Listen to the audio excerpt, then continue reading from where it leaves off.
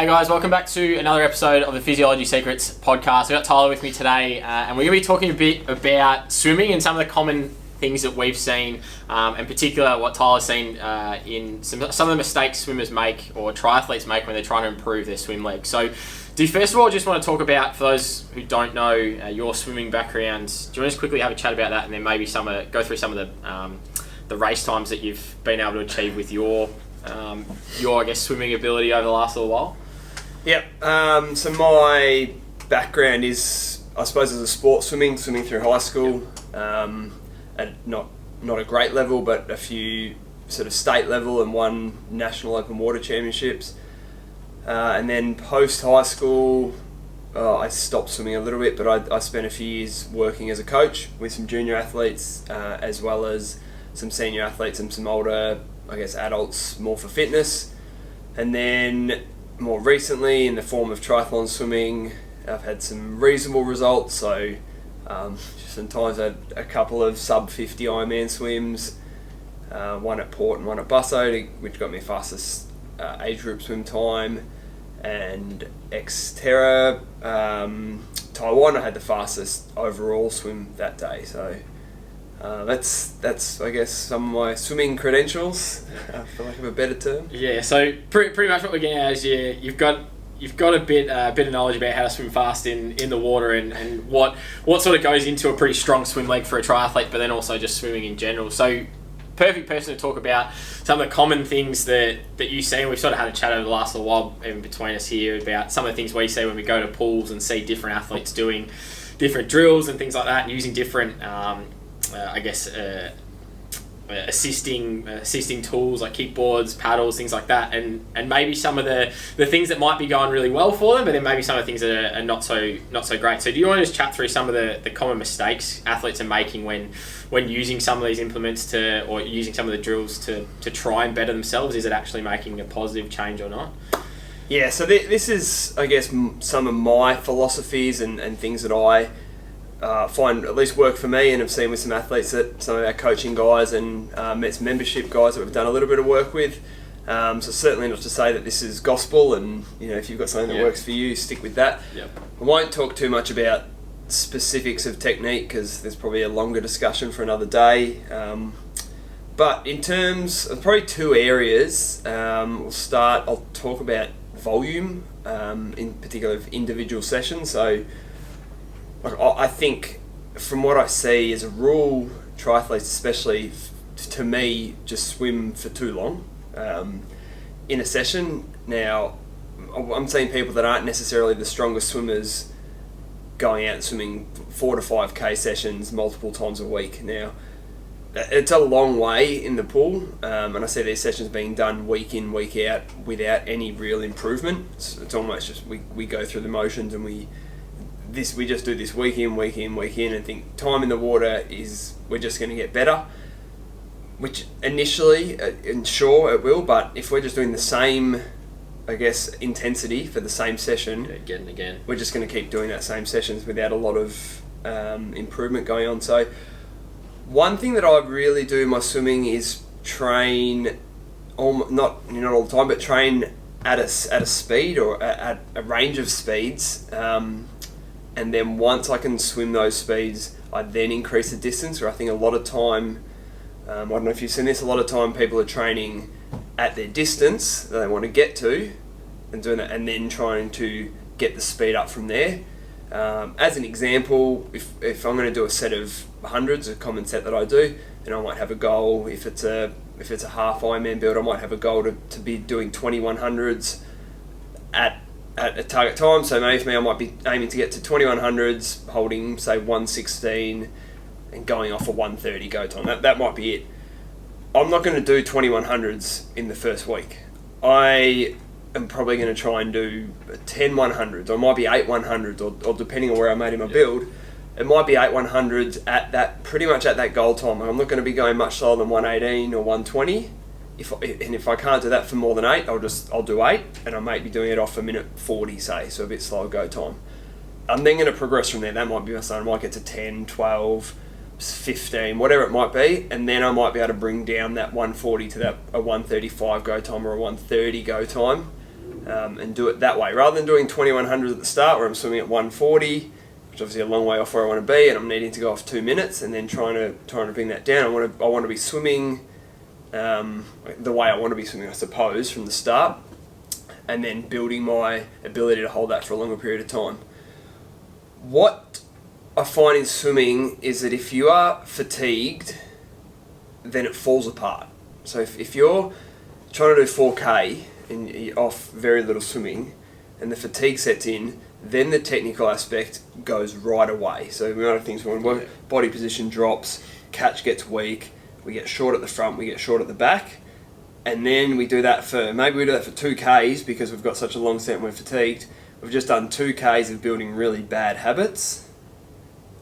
Good, we've been in the water for 4Ks, but rather than doing 2 good Ks where our habits are really good, our technique's good, we're swimming strong, and then calling it, we're doing 4Ks where we're building bad habits for a long period of time. Yeah. So I guess that's my thought around that. If I was to give advice, yes, if we're going to try and swim an Ironman, we want to be doing 4+K sets before that Ironman. Yeah. We don't need to be doing 4K sets 12 weeks, 16 weeks, 20 weeks out when we start. Don't be afraid to do 1,500 metres and get out. A short warm-up, a really good quality a main set and a short cool-down. In a 1,500 metre swim, a 2K set, you should be able to get yourself to a point of fatigue, a fair bit of fatigue in the arms if you are doing all those things right, catching a lot of water, pulling through really strong things like that. So that would be that's the first thing I think. I could do 3 2K sets in a week and get a lot more out of it than doing 3 4K sets where half of those sets are just junk swimming, for lack of a better term, and building bad habits. Yeah, and it's really that quality over quantity, and we talk about heaps on the podcast, and a lot of the content we put out is all about the quality aspect and making sure you're hitting the right areas and making the most of each of your sessions. So yeah, going out and doing 4Ks when you're potentially going to be fatigued by the second half of the session, you're just wasting the better part of sort of really, for most people, like half an hour, 40 minutes in the pool of not doing a lot. And really like the idea as well, an interesting way of looking at it is, get that pace up first. And something that I've noticed when I've swum with you as well is there's been sessions where you go, all right, I'm trying to do 10 hundreds, and you'll pull the session short and go, I can't hit pace today, there's no point. Definitely in that same alignment of trying to get the quality up, get the pace up there, so once you've nailed that pace, you do nail that session when you either better recovered for it prior to, or you've started to adapt so you're able to hold that pace for a little bit longer, then you can just extend that distance out. And I mean, proof is in the race result really, in terms of being able to then swim at that higher pace. It's the same thing when we go out on the bike and run and whatever your sport is. If you just go and do long, slow, long and slow, long and slow, you teach yourself to be long and slow. It's very difficult to increase the intensity without having some sort of that higher intensity aspect, or trying to push yourself to higher intensity. But downside is you can't stay up here all the time, particularly when you do it for the first time. You got to progressively build yourself up into how long you can stay at that top end. So it's very hard to swim well or swim correctly while swimming very slowly. Yeah, it's a bit on the same with running, really similar on the run. Yeah, bike's a bit different. We can ride at really low intensity and we're not changing biomechanics, or we're not. But if we're swimming really slowly, it's really hard then to keep our body position up, to be pulling through the water effectively, almost by design. If we are pulling through the water effectively, we're going to be putting a bit of strain through our muscles, and we're not going to be going that slow. Yeah. So yeah, absolutely. In terms of probably the second major thing, you see you sort of alluded to before, volume being the main one, but then the second one being sort of some of the implements people use in the pool. Kickboards, pool buoys, fins, paddles alike. Sort of your philosophy around some of the use of that, or the overuse of that? Yeah, yep. All these, so fins, a pool buoy or our wetsuit shorts, paddles, I think they definitely all have their place. I don't like seeing something like I said, a 4.5K set where I've spent 3Ks with paddles and a pool buoy in. Yeah. I'll give you some of my philosophies and reasons why I use equipment. Again, people can have different ideas, and feel free to comment if you've got different ideas. Pool buoys are really good for, in my opinion, for teaching body position. Yeah. So again, triathletes, denser legs from all our running and riding, we traditionally see lower hips, lower legs. So the pull buoy is really good in propping that up and trying to get an athlete to feel that position where we want to be. What we see is that triathletes then become very reliant on their pull buoy or their wetsuit shorts, and now they're doing a lot of their swimming with that in. People will say that if you're going to have a wetsuit swim, then you can get away with it, and that is probably true. A wetsuit's more likely to lift your whole body up rather than just the back end. Hoob or hub or however you say, I don't know, really clever, have got what they call a 4-4 wetsuit, where it's 4 mil through the chest, 4 mil through the legs, so that's going to pick you up, sort of hold your same body line, so it's designed for people with good body positions. And they have what they call their 3-5, or it's 3 mil in the upper body and 5 mil in the legs, so it's going to similarly straighten you up. So it could be something of interest to people. But what we want to do is we want to get those hips up by improving our technique. So that's going to be things like engaging our core, engaging our glutes, so almost clenching our glutes. We use belly button to your spine as a good cue, as well as getting an effective kick. Now, I'll come to that in a minute, but they're the things, that's how we want our athletes to be improving their position. And if that's going to build strength in all those areas, we're going to get used to engaging those muscles. If we don't need to engage them as much with our wetsuit on, that's okay. It's better to be them being able to relax a bit more, because we've got that aid in the race rather than get there and that's just what we're used to. I'm sure everyone that's done it has noticed, if you do 2Ks with your pull buoy in and then take your pull buoy out, those hips are just going to fall away. And those muscles that we're talking about, they're going to get lazy, they're not engaged. We're not worrying about those cues. We're not going to get used to that sort of subconsciously holding that position. So that's one of my problems with pull buoys and even the wetsuit shorts being overused. They can be used, I guess, as a strength tool to take our legs out and focus more on our arms. I would argue that as a triathlete, our kick isn't overly propulsive anyway. We're not going out and doing a 6-beat kick for an Ironman when we've then got to get off and ride and run. So we are trying to save those legs. So I don't know if that's going to make too much difference. I think we can get that same sort of strength activity just by increasing the intensity of our swim, engaging our arms a little bit more, really focus on pulling through really strong, long at the front, good catch on the water, finishing right down by our thigh. And we get a really similar training effect just by doing that. We don't necessarily need the pull buoy there.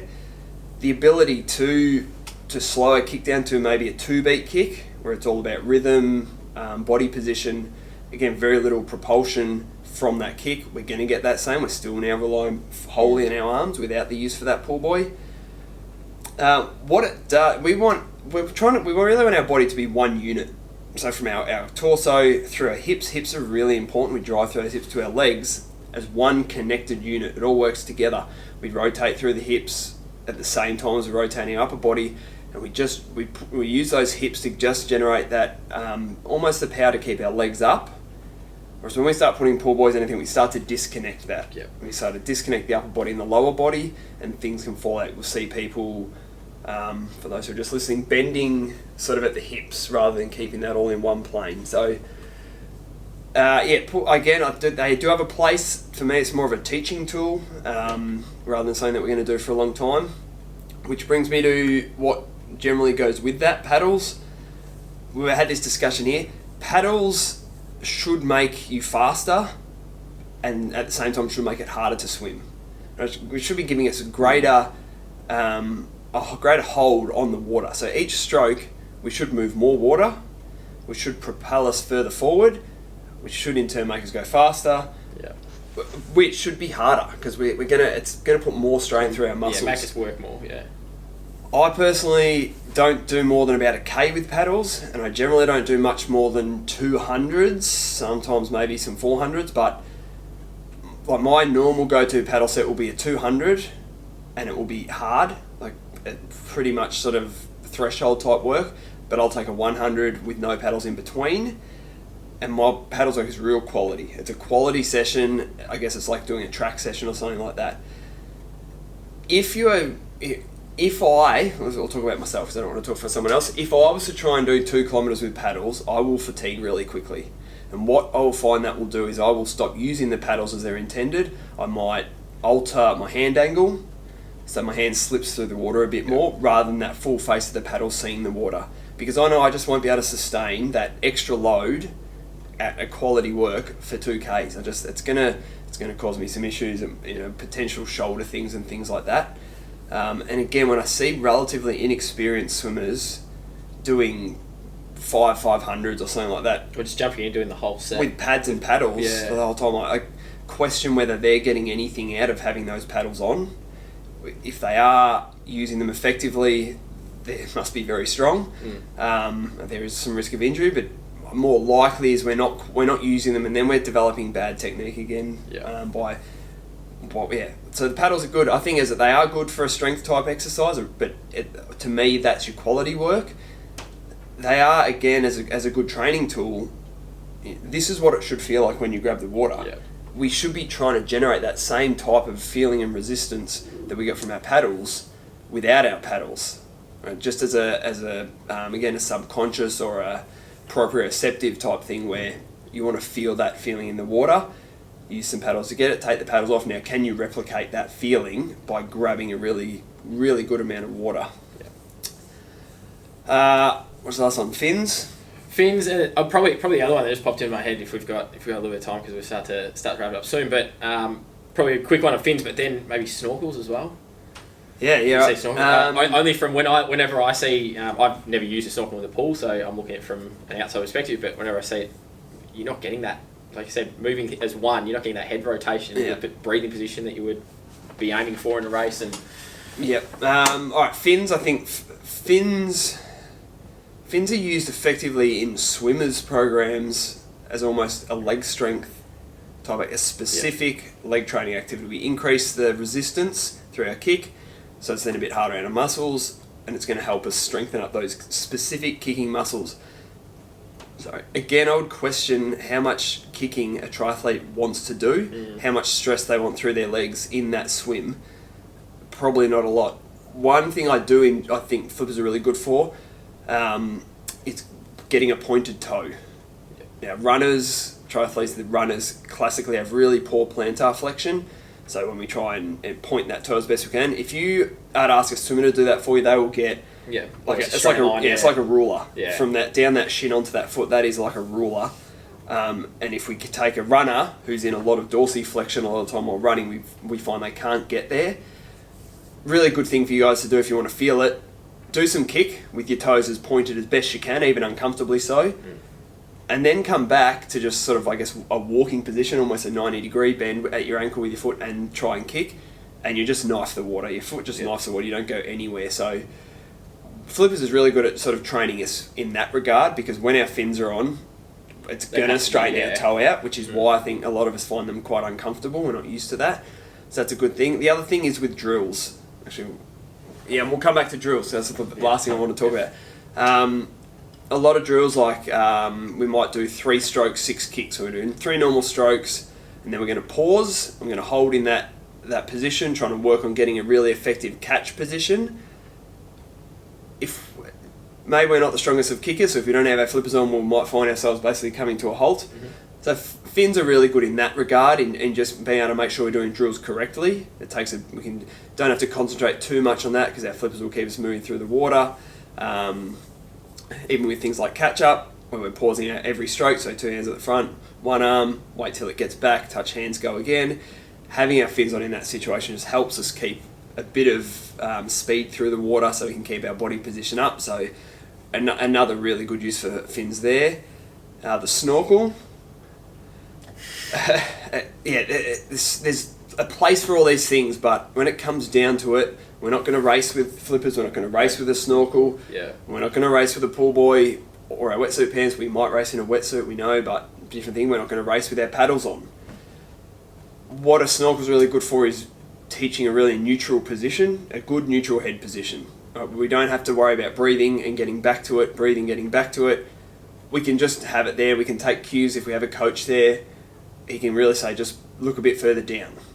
We assume they can give immediate feedback on that head position, and we can get really good at that. Now, if we can't then breathe and get back to that head position, well then it's not been any use for us. So again, really good for teaching, really good for just learning that neutral position, the position we want to return to between breaths. But if we're using a snorkel for a whole session, when we bring that breathing aspect back to it, are we going to be able to replicate that that head position again? Or I think what we traditionally find is you end up being stuck a little bit, tilted to if you are breathing to one side, or you're pausing that breathing side. So yeah, snorkel again has its place. I wouldn't use it for a whole session. I don't use it. Yeah. You said you don't use it. But Once we have got that neutral head position, I don't see too much use for it. Maybe if we want to do an easy recovery session, we can take that breathing out. It might make it a bit easier to hold a good body position at a slower speed. Again, different ways to skin a cat. But just again, I guess the point is be careful with these tools. Yep. To not rely on them. Don't become reliant on being able to swim 2Ks because of your pool boy. Become reliant on using your core muscles and those internal cues to swim 2Ks. Now we put our wetsuit on, bonus. Awesome, we can relax a little bit and still hold that position rather than taking that pool boy out and maybe we have a non-wetsuit race and all of a sudden we're sinking and the open water's an extra element. And use them for their purpose, don't overuse them.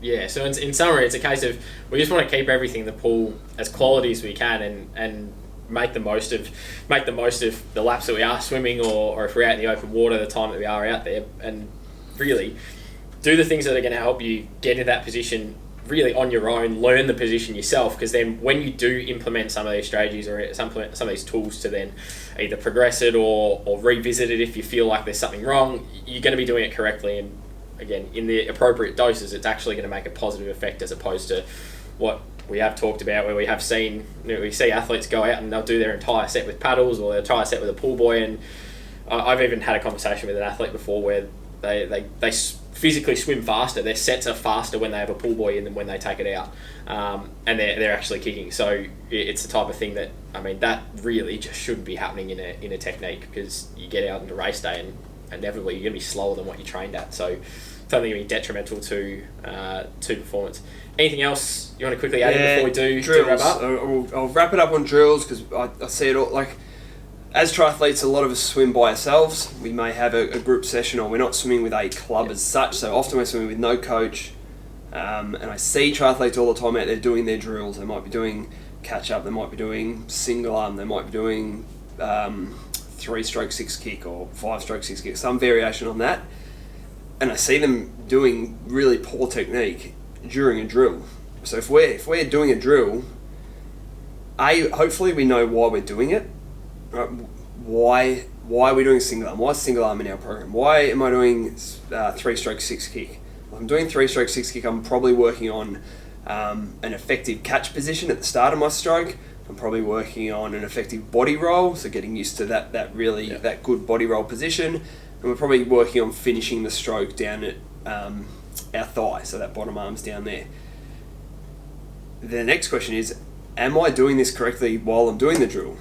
So one, do you know why you're doing it? Hopefully. If you do you know if you are doing it correctly? Now the only way you can know that is if someone watches you, who again knows what they're looking for, or you can get someone to film you. Now, if you are someone that has drills as part of their program, excellent. We all really should to be maintaining those good techniques.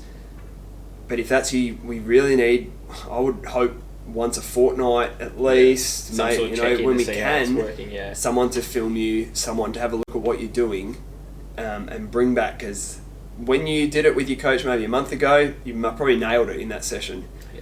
Every session since, you've gone a little bit away, and now we're practicing a drill which is reinforcing incorrect technique. Particularly if you're like relatively new to swimming as well, like if you've come into triathlon and you might have nailed it in that session with your coach, but then because you're at that earlier stage of learning the technique and understanding what's going on, it's really difficult for you to pick up on, that didn't feel right. It might feel like it's going the same, but instead of your hand being here, it's like this. And you don't actually know that until someone shows it to you on video, or someone from standing on pool deck actually says, hey, your hand's turned like this, what's going on? It can be difficult to sort of self-regulate that process when you're not completely set in, this is what it should feel like all the time. So hopefully, if you have had someone look at some technique, you've got some cues that for yourself. It might be high elbows, which probably means at the start of your stroke, start of your catch, all the way through that pull, you're keeping that elbow nice and high. Might be finished by your thighs, might be head down, might be one eye in the water while breathing, which is another big one. We lift our heads too high when we breathe. Unless we're doing some sort of effort, we're doing a 1000s or 2000s or 200s at or above race pace, unless we're doing one of those type where the goal is physiological type adaptations through race pace type situations, any other time we're doing a cool down, a warm up, some longer easy swimming, remember they are all times where that's when we should be really thinking about those cues. Don't go, I've got a nice easy warm up or a nice easy cool down as a point to become lazy in our technique. We want to back the intensity off for those parts of the set in terms of how hard we're working, but we don't want to then again let the technique fall away, then start reinforcing those bad habits. They're the times. It doesn't have to be a drill to be working on your technique. We're probably not doing it through really hard effort stuff because we just want to focus on that effort stuff, but we think about it during the easy stuff. It's going to carry through to those efforts. We're going to be reinforcing good habits, which will carry through to those other parts of the set. I guess it's that old, every moment's a moment that we can improve. If we're taking it easy, use that to think about your cue words, think about doing all the right things. Yeah, really, really good. So in summary, it's a case of quality over quantity, making sure we're not overdoing the volume side of things, time and place for your assisting tools, so your kickboard, pull boy, whatever it may be, and then the drills is know why you're doing it in the first place, and then make sure you're doing it correctly, because that's how we're going to piece all those parts together to have a really effective set of swims across the week, across your training plan, and hopefully start to bring down some times, whether that be if you're racing triathlon, open water swimming, whatever your sport is. So really good set. If anyone's got any questions about any of the information we have talked about here, or wants to get some more ideas on what Tyler does, given his sort of background in swimming and obviously pretty sort of knowledgeable on the topic, feel free to get in contact with us. Otherwise, we'll see you in the next episode.